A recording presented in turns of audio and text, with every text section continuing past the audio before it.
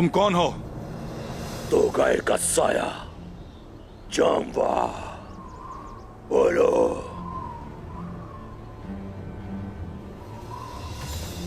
उस्मान ने तुम पर हमला किया और तुम हैरान हो के कि तुम्हारे उस मकाम का किसने बताया? हाँ, आगे बोलो।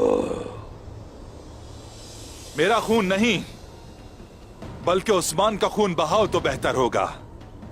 बोलो। तुम्हें बेचने वाला निकोला है। तो गाय के साथ तो गद्दारी निकोला ने की है। निकोला हमें काइयों के खिलाफ करना चाहता है ना? पर वो ऐसा क्यों करेगा? जाहिर है वो तुम्हें तो इस्तेमाल कर ही रहा है और उमर साहब को भी। अगर तोगाई मुझे बताता तो मैं उससे बातचीत करके उसे सब कुछ बता देता।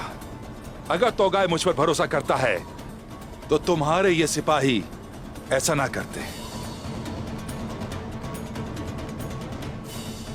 तो गाय की खबर का इंतजार करना।